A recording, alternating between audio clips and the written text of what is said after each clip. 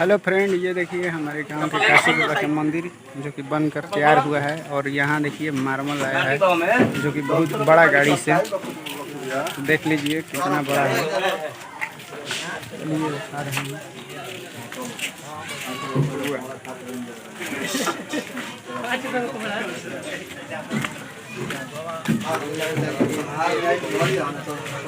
देखिए हम भी थोड़ा सहयोग कर रहे हैं, सारे लड़के मिलकर हमारे कमेटी के युवा लड़का हमारे गांव के सब लोग।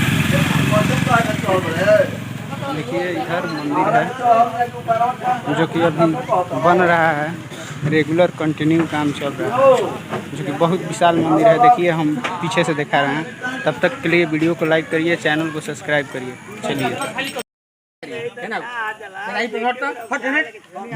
गाड़ी होने जाते हैं साइड में खड़ा हो।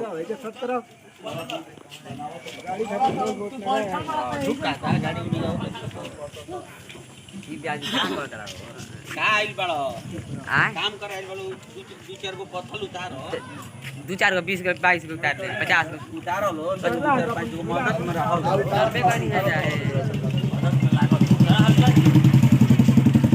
क्या अब देखो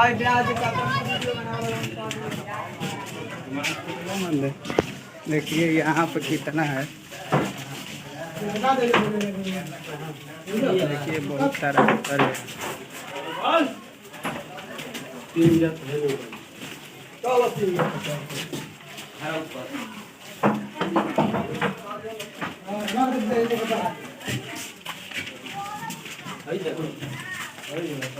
पहले का मंदिर